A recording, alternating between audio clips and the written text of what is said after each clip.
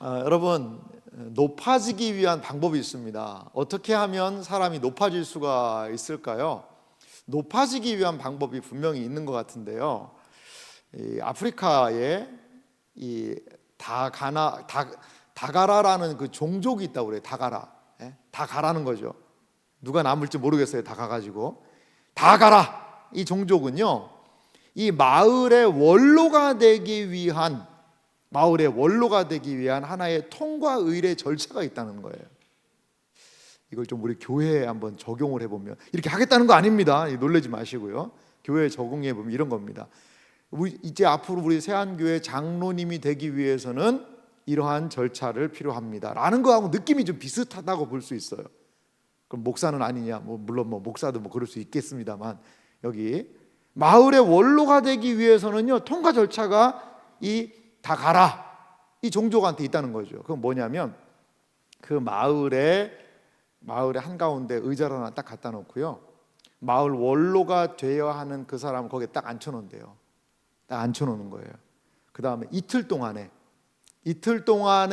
뭐를 하느냐, 이 사람에 대해서 뭘 하냐면은 이야기를 해주는 거예요. 여러분, 근데 여러분 생각할 때 좀 좋은 얘기가 많이 나올 것 같은 생각이 드시나요? 어떻게 생각이 드세요? 물론 좋은 얘기도 할 수 있어요. 그런데 하고 싶은 말을 다 하게 한대요. 언제 동안? 이틀 동안에. 그러면 이 동네 사람들하고 지금까지 이제 원로가 될 정도면 연세도 지긋하실 거 아니에요. 얼마나 많은 일들이 있었겠어요. 30년, 40년, 50년, 60년. 예? 이 사람 연세가 좀 있으면 70년, 70년까지는 아닐 수 있겠지만 한 4, 50년간 동네 사람하고 살면서요, 여러분, 좋은 일만 있겠습니까? 그러니까요, 그 의자에 앉아 있는 동안에 그냥 막 얘기를 하는 거죠. 아이고, 아직 원로는 아닙니다. 원로로 이번에 추대되신 어르신, 지금부터 25년 6개월 전에 우리 아이 그때 고추장 가져가가지고 말이야, 그때 들갚아가지고 아직까지도 내가 그런 부분이 있었는데, 내가 그런 적이 있었나? 그런 적이 있었죠. 그러시면 안 됩니다. 이런 식으로 얘기를 하는 거죠. 그러니까요, 여러분, 그 이틀이 이분에게 얼마나 많은 힘듦이 있을까요? 얼마나. 그 이틀 동안에요, 자기 자신에 대해서 어떻게 하는 거죠? 이제 원로면요, 마을에서 이렇게 높임을 받는 자리인데요, 이틀간 어떻게 되는 거죠? 완전히 낮아지는 겁니다. 완전히 자기의 민낯을 보고 막 얼굴이 막 따뜻해지는 거죠. 아이고, 미안합니다. 아이고, 그렇게 나는 그렇게 한 말은 아니었는데, 아이고, 좀 미안하네. 아이고, 좀 내가 그때 잘못했네. 여러분, 그런 시간이 아닐까요? 그리고 나서 뭐가 되는 거예요? 마을의 원로가 되는 거예요. 마을에. 여러분, 이게 뭘까요? 제가 그렇게 정리된 내용을 좀 가져와 봤는데요, 높아지기 위해서는 뭐라는 거죠? 낮아져야 된다는 거예요. 낮아져야 된다. 참 이게 필요한 것 같아요. 이 시대에 지도자들 모두에게 저는 이것이 정말 필요하지 않겠나? 이것이 정말 실체를 알아야죠. 어떤 자리에 딱 갖다 놓으면요, 자기가 진짜 그런 줄 알아요. 아니잖아요. 자신의 뭘요? 연약함을 알아야죠. 그래야 높아져도 어떻게 하죠? 겸손할 수 있지 않을까요? 그래, 아이고, 내가 이렇게 허물이 많은 사람인데 그래도 마을 사람들이 나를 조금 그래도 인정해줘서 내가 이 자리에 있는 거다. 더 겸손해야 되겠다. 더 잘 섬겨야 되겠다. 이러한 생각을 하지 않을까요? 여러분, 이 다가라 종족의 이 독특한 원로를 세우는 방법은 우리에게 많은 것들을 시사하고 있는 것 같습니다. 여러분, 높아지기 원하십니까? 하나님께서 나에게 높은 돈도 많이 주시고 지위도 높여주시고 많은 사람들이 칭송하는 그 자리에 오르고 싶으십니까? 그렇다면요, 낮아지십시오. 낮아지세요. 이것은 예수님이 하신 말씀과도 연결되어 있지 않습니까? 누구든지 뭐하군요? 자기를 높이는 자는 뭐하는 자가 되어야 하리라? 섬기는 자가 되어야 하리라. 누구든지 자기를 높이는 자는 낮아지겠다라고 이야기하지 않습니까? 그러면요, 낮아서 섬기는 자를 주님은 높이시겠다라는 거죠. 저도 참 저 자신을 많이 늘 돌아보게 됩니다. 제가 담임 목사로 교회를 섬기고 있는데 혹시라도 교만해서 높아지는 마음이 들지는 않을까, 이런 부분 늘 좀 돌아보게 됩니다. 제가 우리 목사님들하고 밥 먹으면서 가끔 그런 얘기를 합니다. 그래서 제가 어떨 때는 목사님, 한 내가 10년 뒤에 내가 보기에도 별로 안 좋은 그런 목사님의 모습으로 제가 좀 바뀌어 있지 않을까요? 그럼 어떡하지? 제가 물어봤어요. 그랬더니 우리 충성스러운 목사님들은 목사님은 절대 그러지 않으실 겁니다. 또 이렇게 또 충성스럽게 이야기를 해주셔서 너무 감사했어요. 목사님 그럴 소지가 좀 있습니다. 그랬으면 참 힘들었을 텐데 참 감사한 부분도 있지만 늘 그런 좀 생각이 사실 듭니다. 뭐 저야 이제 목회를 오래는 안 했어요. 담임 목사이자 한 5년 차밖에 안 되는데, 근데 뭐 10년, 20년 오래 하신 그 선배님들 참 존경하는 분도 많이 계시지만 어떤 분들을 볼 때 저렇게 저렇게 나도 저렇게 되려면 안 되는데 하는 분도 사실 보이기는 하거든요. 사랑하는 성도 여러분, 조금이라도 우리의 여러 상황이 높아진다면요, 더 철저히 낮아지는 과정이 필요하지 않을까요? 그래야만 그 자리는 감당할 수 있는 자리인 것 같아요. 여러분, 야곱이요, 밧단 아람에서 20년을 살았어요. 20년 동안 밧단 아람이라는 곳에서 살았지 않습니까? 우리가 한 주간 살펴본 내용이 이제 바로 그런 내용이었지 않습니까? 이 밧단 아람으로 가서 거기에서 사실 이 부엘세바라는 곳에서 도망간 거잖아요. 아니, 형 대신 형 축복 가르쳤다가 형한테 맞아줄 것 같으니까 엄마가 야, 너 외삼촌네 집에 가 있어라, 며칠만 있다가 부를 테니까 얼른 가 있어 라고 온 게 20년이거든요. 어떻게 보면 우리 한 주간은 이 막은 20년 동안의 내용을 살핀 겁니다. 자, 창세기 31장 41절에 보니까요, 야곱이 자신의 생활을 이렇게 요약해서 정리하고 있어요. 같이 한번 천천히 야곱의 심정을 가지고 한번 읽어봅시다. 함께 읽습니다. 내가 외삼촌의 집에 있는 이 20년 동안 외삼촌의 두 딸을 위하여 14년, 외삼촌의 양떼를 위하여 6년을 외삼촌에게 봉사하였거니와 외삼촌께서 내 품삯을 10번이나 바꾸셨으며. 자, 야곱은요 어떻게 얘기해요? 외삼촌 집에 있는 동안에 20년을 생활을 보냈다는 거죠. 20년을. 그래서 두 딸을 위하여 14년 동안 열심히 노력 봉사했죠. 외삼촌의 양떼를 위하여, 사실 뭐 양떼를 위해서 20년간 양쳤지만 자기 이제는 품삯 받으려고 6년을 일했어요. 이렇게 봉사했다는 거죠. 하지만 쉽지 않았다는 겁니다. 제가요 야곱의 20년 생활을 조금은 좀 리얼하게, 글씨가 좀 작죠? 좀 보이시나요? 네, 뒤쪽은 좀 안 보이는데 조금 앞에 나오시면 좋긴 한데 뭐 하는 수 없습니다. 제가 한번 읽어드릴 테니까요, 가물가물해도 한번 좀 보시기 바랍니다. 내용이 좀 많아서 한 장으로 정리했는데요, 야곱이 어떤 심정으로 일했나 한번 좀 보세요. 제가 무려 20해를 장인어른과 함께 지냈습니다. 그동안 장인어른의 양떼와 염소떼가 한 번도 낙태한 일이 없고, 제가 장인어른의 가축대에서 수량 한 마리도 잡아다가 먹은 일이 없습니다.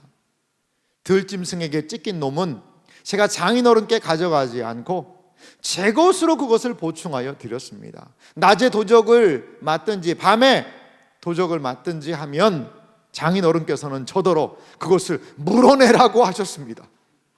낮에는 더위에 시달리고 밤에는 추위에 떨면서 눈 붙일 겨를도 없이 지낸 것, 이것이 바로 저의 형편이었습니다.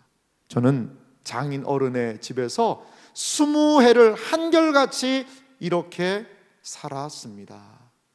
이것이 창세기 31장 38절에서부터 41절을요 조금 풀어서 설명한 내용이에요. 원어에 근거해서. 여러분, 야곱이요 고생 많이 했습니다. 20년 동안 뭐 연애하고 띵가띵가 논 게 아니고요, 낮에는 더위에 시달리고 밤에는 추위에 떨면서 눈 붙일 겨를도 없이 지냈어요. 그렇게 7년 일했더니 이것 봐라, 얘 괜찮네? 좀 더 잡아야 되겠다. 그래서 14년 마치고 가려고 그랬더니, 야, 네가 나를 사랑스럽게 생각하면 좀 더 있어라. 그러면서 여러 가지 애정 공세하면서 6년 추가해서 20년간을 있었다는 거죠. 그런데 20년 동안 어떻게 해요? 이렇게 눈 붙일 겨를도 없이 추위를 무릅쓰고 그렇게 지냈다라고 야곱이 자신의 삶을 이야기하고 있습니다. 그렇습니다. 바단 아람에서의 20년 세월은 야곱에게 그렇게 행복하고 유쾌한 시절은 아니었어요. 여러분, 근데 야곱이요, 왜 바단 아람 가게 됐죠? 그 이유가 뭘까요? 원래 바단 아람, 여기는 계획하고 목적하고, 바단 아람 가서 내가 한 20년 동안 이렇게 해서 올 거야 라고 철저한 야곱의 계획 속에 있던 장소였나요? 아니요, 그렇지 않죠. 원래 야곱의 계획에는 거기 없었어요. 거기는 계획이 없었습니다. 형한테 축복 가로챘다가, 형의 축복을 가로챘다가 도망간 곳이 바로 거기였어요. 도망간 곳이. 그것이 바로 바단 아람 아니었습니까? 전혀 야곱의 생애에서는 생각하지도 못했고, 그리고 이렇게 고생했으니 바단 아람에서의 기간이 여기 다시 그쪽으로, 여러분, 눈길이라도 주고 싶겠어요? 예전에 군대 갔다 온 분들, 죄송합니다, 군대 얘기하면 안 되는데 그런 얘기 하잖아요. 하도 고생을 많이 해가지고 이제 그쪽 부대에 있는 근처는 가기도 싫다는 거죠. 그런 얘기 하시는 분이 계세요. 좀 과한 표현이 있는데 설교라서 제가 그거 안 하겠습니다. 거기 남성분들은 아는데 과한 표현도 있어요. 근데 이제 그 표현까지는 안 할게요. 그쪽을 향해서요, 보기도 싫다는 거죠. 왜? 하도 고생을 해가지고. 근데 저는 그렇게 군대에서 고생은 안 했습니다. 고생은 그렇게 많이는 안 했는데 하나님 은혜로 잘 갔다 왔지만, 여러분, 바단 아람이라는 곳이 야곱에게 좀 그런 것도 아니었을까요? 아이고 밭자도 꺼내지 마시라고. 내가 거기서 그냥 우리 장인 외삼촌한테 그냥 당한 걸 생각하면 내가 이제 치가 떨린다고만. 폼싹쓸 10번으로 흰 바탕에 검정 거 있는 거, 흰 바탕에 점 있는 거 네 거로 해라. 그거 했더니 아야야야야, 흰 바탕에 이 줄무늬 있는 걸로 해라. 그거 아니다. 10번이나 말이야 바꾸고. 내가 말이야 사랑하는 라헬을 하고 나 결혼하고 싶었는데 눈 떠봤더니 그냥 레아 있기도 하고, 둘이 막 싸우고, 막 내가 힘들고, 나가면 장인하고 싸우고, 안에 들어오면 아내들 막 싸우고, 내가 그 20년 동안 머리털 다 빠졌다, 막 이렇게 치가 떨린다. 아니, 어떻게 보면 바단 아람이 야곱에게 그런 장소일 수도 있을 것 같아요. 내가 거기를 가고 싶어서 갔습니까? 형 피해서 도망갔던 장소이기도 하고요. 형 피했더니요, 형보다 더한 사람이 있어요. 더한 사람. 에서를 피했더니요, 에서보다 더한 사람이 있는 거죠. 여러분, 이게 인생이기도 합니다. 인생이기도 해요. 총알을 피했는데 갔더니 대포를 맞기도 하고요. 이게 우리의 삶에 연속되는 모습 아닐까요? 그러면 여러분, 바단 아람의 20년간은 헛수고일까요? 아무것도 아닐까요? 그렇지는 않은 것 같아요. 바단 아람의 20년은요, 이 라반을 통한 혹독한 훈련의 시간들이었던 것 같아요. 오늘 본문 위에 있는 31장 42절은요, 이런 말씀이 있어요. 제가 읽어드릴 테니까 들어보십시오. 우리 아버지 하나님, 아브라함의 하나님 곧 이삭이 경외하는 이가 나와 함께 계시지 아니하였더라면 외삼촌께서 이제 나를 빈손으로 돌려보내셨으리다마는 하나님이 내 고난과 내 손의 수고를 보시고 어젯밤에 외삼촌을 책망하셨나이다. 이게 무슨 말이냐면, 야곱이 어떻게 하죠? 아내들을 들판으로 부어가지고요, 이제 더 이상 못 살겠다, 우리 하나님도 말씀하셨지만 우리 도망가자. 그리고서는요, 식솔들을 데리고 도망갑니다. 라반이 뭐 할 때? 양털 깎을 때. 양털을 깎으면 멀리 가고 시간이 걸리니까 그때 그냥 주랭랑을 친 겁니다. 여러분, 오죽하면 라반이 도망가겠어요. 오죽하면. 그리고 누가 가라고 그랬어요? 하나님도 가라고 그러셨잖아요. 분위기도 안 좋고. 그러니까는 떠나야 될 때인 줄 알고 떠났지 않습니까? 라반은 가만히 있겠어요? 추격대를 가지고요, 이놈들을 가고서 막 추격을 해온 겁니다. 그런데 야곱이 데리고 가는 그 양떼는요, 저 지나는 양도 있고 새끼들도 있고 하니까 빨리 몰지를 못하는 거죠. 그러니까 잡히고 마는 겁니다. 지금 만나서 하는 이야기예요. 그런데 라반이 밤에 잠잘 때 하나님께서 라반의 꿈에 나타나셔가지고 너 야곱 건드리지 마라 이렇게 얘기하시는 거예요. 너 야곱 해하지 마라. 선악간에 건드리지 마라. 하나님이 말씀하셔서 라반이요 이런 이게 해코지 하려는 그 의도를 원천 하나님이 봉쇄하신 겁니다. 자, 그래요. 이게 바로 라반이었습니다. 라반이. 근데요, 라반의 두 얼굴이 분명히 보여요. 무슨 두 얼굴이냐면요. 라반 보십시오. 라반은요, 야곱의 누구죠? 외삼촌이에요. 그리고 장인이며 또 어떤 계약을 맺었죠? 우리가 살펴봤지만 조카하고 외삼촌 사이 이제 장인과 사위 사이가 됐는데 어떤 사이까지요? 이제 고용주와 노동자로 어떻게 보면 계속 전락시킨 그런 부분이 있어요. 야곱은 라반의 조카입니다. 하지만 사위이기도 해요. 노동자예요. 이러한 계속적인 대칭적인 신분들이 있었고요. 라반은요 야곱을 속이는 무슨 존재입니까? 사기꾼이죠. 사기꾼. 야곱이 제대로 만난 겁니다. 야곱도 보통 사람 아니잖아요. 야곱의 이름이 뭐죠? 야곱의 이름이 뭐예요? 사기꾼입니다. 사기꾼. 야곱. 그런데 사기꾼을 사기를 쳐? 그거예요. 그래서 아내도 바꿔치기 했죠. 그리고 뭐 계약을 했는데 계약 조건 계속 바꿔치기 하죠. 계속 속이는 거죠. 속이는 존재였어요. 그런데요, 라반은요, 야곱의 무엇을요? 야곱스러움을 일깨워주는 뭐이기도 했다? 훈련자의 역할도 분명히 했던 것 같아요. 훈련자의 역할. 이게 무슨 말일까요? 여러분, 야곱이 그냥 평범하고 만만한 사람 만났으면 어떻게 됐을까요? 아마 그 사람 머리 꼭대기에 올라가서 무슨 또 사기를 쳤는지도 몰라요. 그런데요, 라반 보통 사람 아닙니다. 보통 사람. 딸들도 아버지 학을 띨 정도로 보통 사람이 아니에요. 그러한 고수를 만나니까 이제 야곱도 어떻게 되는 거예요? 당하는 거죠. 당할 수밖에 없는 거예요. 당할 수밖에. 그러면서 야곱이 뭘 깨달았다는 거죠? 사기쳤던 자기의 모습을 깨달았다는 거죠. 우리가 새벽 시간을 통해서 살펴보았지만 야곱이 당하는 모습을 보면요, 예전에 자기가 사기친 모습하고 거의 똑같이 당하는 것을 볼 수가 있어요. 똑같이 당합니다. 똑같이.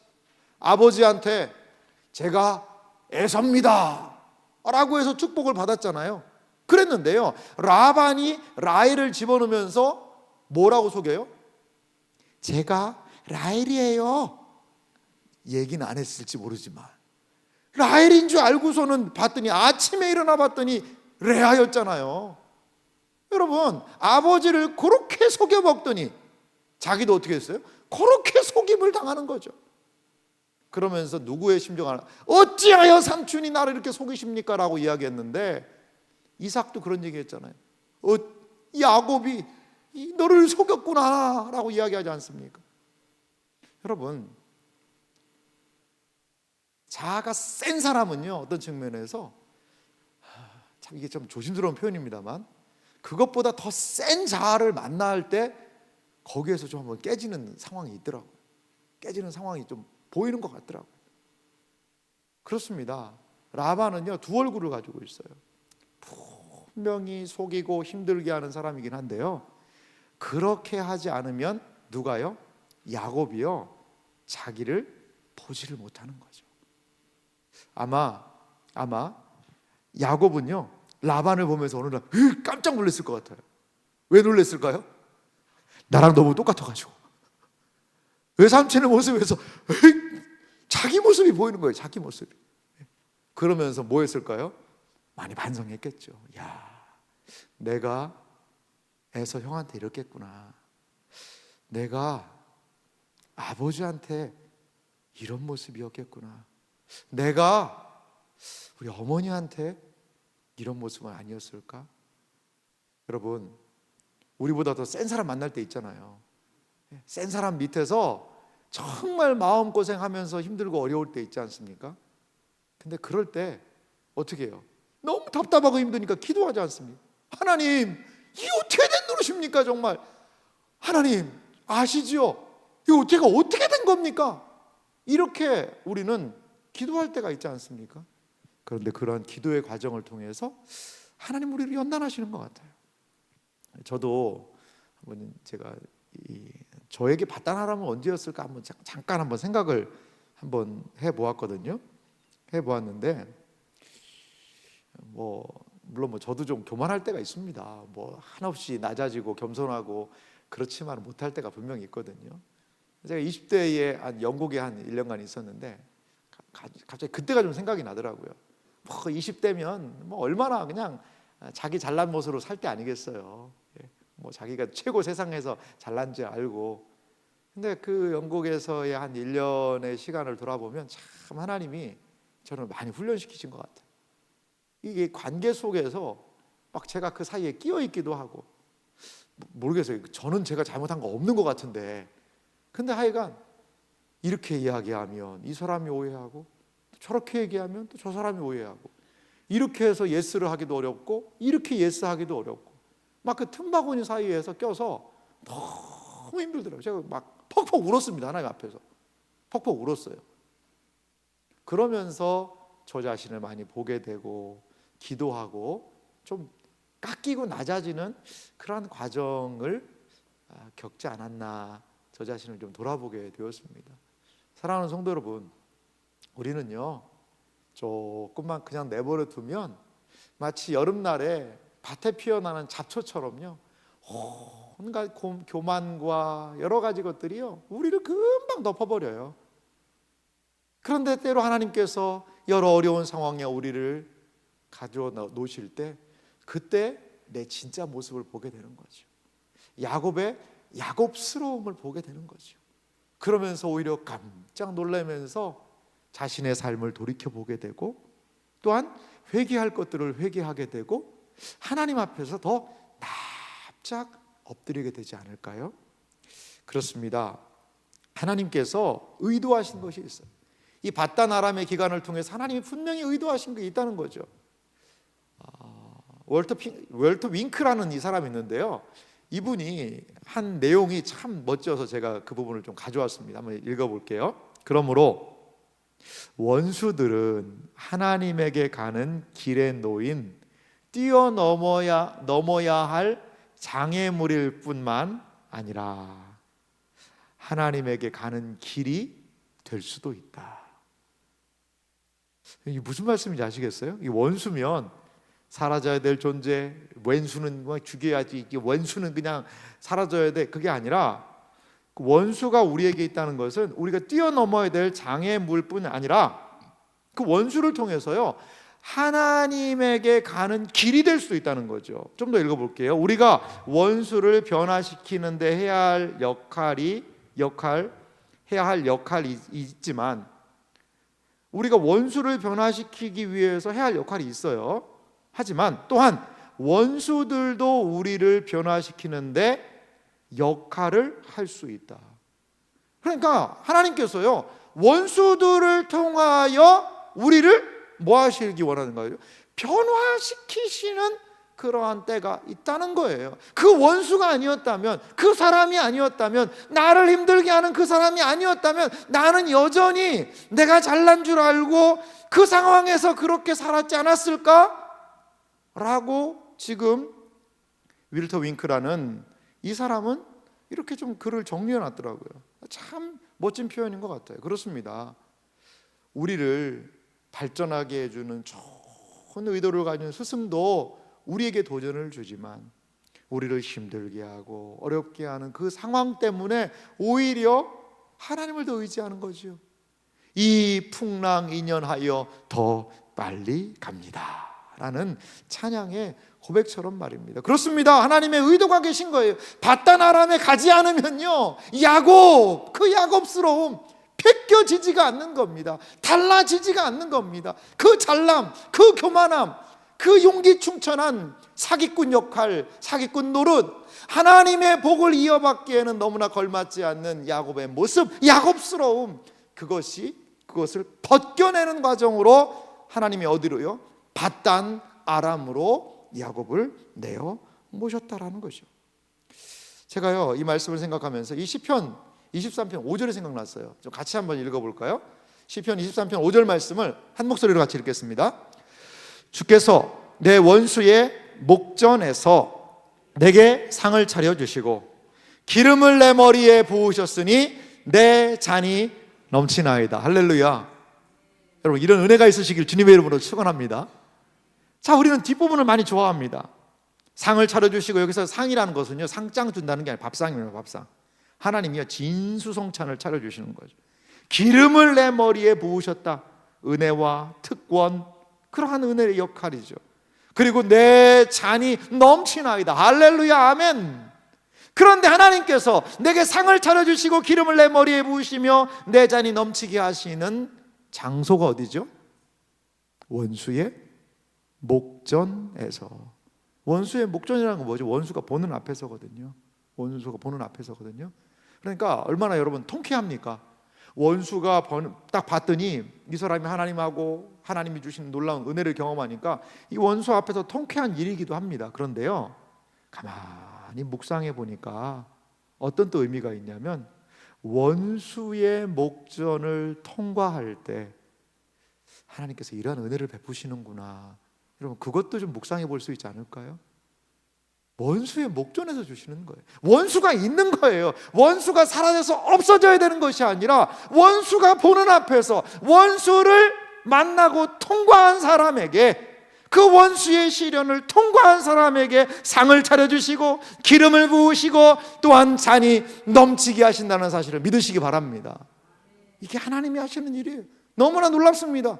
원수와 밥상, 머리에 기름, 잔에 넘치게 하는 것 어울리지가 않아요. 원수가 있으면 괴롭고 힘들고 아프고 열받고 화나고, 이것이 원수의 목전과 어울리지만 그 원수의 목전에서 그 원수를 통과할 때 하나님께서는 우리에게 상을, 우리에게 기름을, 우리의 잔을 넘치게 하실 수 있다는 사실을 여러분 믿으시기 바랍니다. 그렇습니다. 이러한 혹독한 훈련을 통과한 다음에 이제 공존의 언약을 라반과 맺는 것을 볼 수 있어요. 자, 창세기 31장 오늘 본문 중에 51절과 52절을 제가 좀 정리해 보기 원하는데요. 라반이 말합니다. 51절입니다. 라반이 또 야곱에게 이르되 내가 나와 너 사이에 둔 이 무더기를 보라. 또 이 기둥을 보라. 그러니까 두 가지를 세운 거예요. 이 무더기를요, 돌 무더기를 이렇게 쌓아놨고요. 또 하나 좀 꽤 큰 돌을 가지고 돌 기둥을 이렇게 세웠던 것 같아요. 그러니까 두 개를 세운 겁니다. 이 무더기가 증거가 되고 이 기둥이 증거가 되나니 내가 이 무더기를 넘어 내게로 가서 해하지 않을 것이요 내가 이 무더기 이 기둥을 넘어서 내게로 와서 해하지 아니할 것이라. 자, 이건요 서로 죽이자는 게 아니에요. 서로 네가 죽어야 내가 돈 벌고 네가 없어져야 내가 더 잘 살고, 그게 아니라 서로 인정해주면서 서로 상생하자는 겁니다. 원수 맺지 말자는 거예요. 서로 상생하자는 겁니다. 자, 상생의 언약을 이렇게 맺는데요, 상생의 언약을 보면은요 야곱은 라반과 언약을 맺어요. 그 언약은요 서로가 서로를 존중하며 해하지 않겠다는 어떤 언약이냐, 상호 불가침의 언약이라는 거죠. 라반하고 야곱은요 뭐가 될 뻔했어요? 원수가 될 뻔했죠. 여러분 우리는 이렇게 생각할 수 있어요. 아니 하나님도 무심하시지, 야곱이 하나님이 가라 그래서 그냥 라반의 집에서 이렇게 빠져서 나와서 떠났으면 라반이 못 찾게 하든가, 라반이 끝내 못 찾아가지고 저 나쁜 놈 저렇게 갔네, 그리고 야곱은 하나님이 안전하게 가게 하셨더라. 아니 이게 하나님의 인도하심이지. 그 라반한테 추격해오고 라반한테 그냥 추격하니까 잡혀가지고 그냥 막 위험을 당하게 하고 심장 쫄깃쫄깃하게 하고, 이게 하나님의 인도하십니까? 라고 생각할 수도 있을 거예요. 여러분 아니 안 들켜야죠. 안 잡혀야죠. 그런데 여러분 하나님이 하시는 놀라운 일을 보실래요? 하나님은 둘이요 라반과 야곱이 원수가 될 뻔했잖아요. 원수가 될 뻔한 상황에서 서로가 서로를 인정하도록 어떻게 해요? 특별하게 개입하시는 거라는 거죠. 개입하시는 거라는 거죠. 야곱이 안 잡히고 이제 바단 아람에서 브엘세바로 갔으면요, 어느 날 밤에 라반이 아들들을 보내가지고 이 야곱 식구들을 초토화시킬 수도 있을 거예요. 어느 날 밤에. 그러면 이제 야곱의 아들들은 가만히 있겠어요? 왜 가만히 있겠냐고요. 어느 날 밤에 또 바단 아람으로 가서 또 초토화시킬 수 있는 거죠. 서로 원수가 될 수 있는 상황인데 하나님이 개입하시는 거죠. 그 상황에서. 그러니까 하나님이 하시는 일은요, 항상 우리보다 더 멀리 보시는 부분이 있다는 거죠. 라반이 쫓아와서 잡히는 게 은혜입니다. 그래서 이 관계를 새롭게 맺는 거예요. 서로 살자는 관계를 맺는 거죠. 상생의 관계를 맺는 거죠. 사랑하는 성도 여러분, 올해 우리가 여러 상황을 만날 수 있거든요. 기도하면서 감당합시다. 그리고 하나님의 이러한 특별한 개입하심을 의지하며 기도할 수 있는 여러분들 되시기를 바랍니다. 그러면 그 당장 이거 왜 잡혔어? 잡히면 안 되지. 라반 몰래 왔는데 라반 몰라야 되지. 아니요, 알아야 돼요. 그래야 서로 살 수 있어요. 그래야 서로 사는 상생의 계약을 맺을 수 있는 것 아니겠어요? 이렇게 하나님께서는 기도하며 감당하고 하나님이 이끌고 인도하시는 그 길에 하나님의 역사를 보여주시는 분이심을 여러분 믿으시기 바랍니다. 이렇게 오늘 야곱의 이야기를 통하여서 바단 아람을 통하여서 우리가 좀 정리해 볼 그러한 이야기가 있어요. 그것은 무엇이냐? 바로 바단 아람에서의 20년이 야곱에게 무엇을 주었을까요? 복을 주었다는 거예요. 바단 아람에서의 그 20년의 그 고통스러운 기간이, 아니 그쪽을 향해서 고개도 들고 싶지 않은 그 세월, 그 기간이 오히려 야곱에게 복이었다는 거죠. 자, 그럼 라반을 통하여 어떤 복이 임했을까요?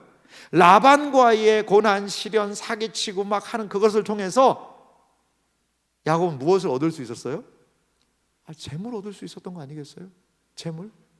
사실 라반이 아니었으면은요, 어떻게 야곱이 그러한 많은 재산을 얻을 수 있었겠어요?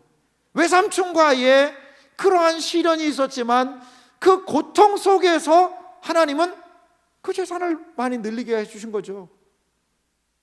두 아내를 통해서는, 레아와 라헬의 경쟁 속에서 많은 자녀들이 태어나서요, 결국 12지파 이뤘잖아요. 만약입니다. 야곱이요, 사랑하는 여인 라헬 한 명하고만 결혼했다고 생각해 보세요. 7년 만에 딱 결혼해가지고 둘이 내려왔다고 생각해 보세요. 그럼 어떻게 됐을까요? 요셉 딱 한 명 태어났을 거예요. 한 명. 재산은요, 그냥 병든 양 몇 마리 줘가지고 가게 했겠죠. 그 정도가 다였을 거예요. 그런데 라반과의 경쟁을 통해 아내들이 서로 경쟁하는 것을 통해서 자녀들이 늘어나는 거예요. 자녀들이. 그래서 그들이 12지파가 된 겁니다. 여러분, 분명히 라헬 때문에 힘들었을 거예요. 레아 때문에도 힘들었을 거예요. 그리고 그들이 막 그냥 경쟁하면서 힘들었을 거예요. 낮에는 눈코 뜰 새 없이 바쁘게 라반의 양떼를 치면서 돌아가면서 눈 붙일 겨를도 없이 그냥 지친 몸을 이끌고 집에 들어오면요, 이제 그때부터 라운드 2. 아내들이요 4명씩 줄 서 있어가지고요, 여보 하면서 이랬대요 저랬대요 하면서 막 하는 거. 그러니까 막 아내 들어오면 아내들 때문에, 나가면 라반 때문에 힘들고 어려운 거예요. 내가 막 못 살겠다라는 거죠, 어떤 측면에서. 그런데 그 고통의 시간을 견디니까 하나님이 라반을 통해서 재물을 주시고, 그 고통의 가정생활이지만 견디니까 이스라엘 12지파를 구성할 수 있는 자녀들을 복으로 주시고, 그리고 바단 아람을 통하여 이 야곱이 가장 놀랍게 경험한 것은요, 이거라고 봐요. 20년의 기간을 통해 모든 것이 무엇이라는 것을요, 하나님의 은혜임을 깨닫게 되었다는 거죠. 아마도 이 라반과 화해를 하고 바단 아람에서 점점 멀리 가면서 야곱이 어떤 생각했을까요? 이렇게 자기를 줄렁줄렁 따라오는 자녀들을 보면서 아내와 자녀들, 식구들을 보면서, 종과 많은 재물들을 이렇게 보면서, 그래, 그래도 내가 20년간 진짜 고통스러웠지만 열심히 살았네. 야곱, 너 진짜 열심히 살았다. 너 진짜 수고했다. 많이 근데 힘들었어. 진짜 나 진짜 죽을 뻔했어. 그런데 이 모든 것이 하나님의 은혜였어. 여러분, 하나님은요, 우리에게 은혜, 선물을 때로 고난과 함께 주시는 것 같아요. 고난과. 너무 상투적인 이야기라 하기가 좀 그렇지만 이 고난이라는 것 포장지가요, 너무 힘든 거죠. 너무 힘든 거예요. 그러니까 이거 풀기가 싫은 거예요. 쳐다보기가 싫은 거예요. 바단 아람, 아이고 말도 꺼내지 마시오. 라반의 라자도 꺼내지 마시오. 그런 고난의 패키지. 이 바단 아람이라는 고난에, 라반이라는 고난에 아내들 막 힘들게 했던 그런 게 막 고난의 패키지가 이렇게 있는 거죠. 근데 야곱은요, 그것을요, 그 고난을 풀어지키기 시작하는 거죠. 그 고난과 맞서는 거예요. 도망가지 않고. 그 고난의 포장지를 풀고 나니까 나중에 알게 된 거죠. 거기에서 하나님의 은혜와 복이 여기에 있었구나. 2024년 올해 우리에게 쉽지 않은 해가 될 수도 있어요. 하나님은 우리에게요, 고난 주실 수도 있습니다. 우리는 고난 싫어하죠. 고난 누가 좋아해요? 다 싫어하죠. 고난 안 당했으면 좋겠어요. 하지만 여러분, 혹시 고난이 오더라도 우리가 할 수 있는 것은 그 고난의 포장지를 감사하면서 한번 풀어 제키는 거죠. 거기에는 반드시 하나님의 은혜가 있게 될 줄 믿습니다. 시편 119편 71절 말씀을 우리 같이 한번 읽어볼까요? 시편 119편 71절 말씀을 우리 함께 같이 읽어보도록 하겠습니다. 같이 읽겠습니다. 고난 당한 것이 내게 유익이라. 이로 말미암아 내가 주의 율례들을 배우게 되었나이다. 아멘. 여러분, 고난 당하는 것이 우리에게 유익입니까? 참 이 유익이라 이야기하기가 정말 쉽지는 않아요. 고난이 어떻게 유익이에요, 하나님? 이라고 항변하고 싶은 이야기이기도 해요. 바단 아람이 어떻게 축복이에요, 하나님? 라반이 어떻게 복입니까? 레아가 어떻게 저에게 복을 줄 수 있나요? 이런 이야기 하고 싶을 수도 있어요. 하지만 그 시간을 지나 보니, 거기 안에도 하나님의 은혜가 있었네. 이것이 야곱의 고백 아닐까요? 야곱이 그렇게 하나님의 은혜를 그 속에서 경험했다면 이제 우리 차례 아니겠습니까? 우리에게 어떠한 상황이 오더라도 감사하며 감당해 나아갈 때 하나님께서는 합력하여 선을 이루시고 은혜로 우리의 삶을 채우게 될 줄 믿습니다. 이러한 놀라운 은혜의 역사가 우리 모두에게 있으시기를 주님의 이름으로 축원합니다.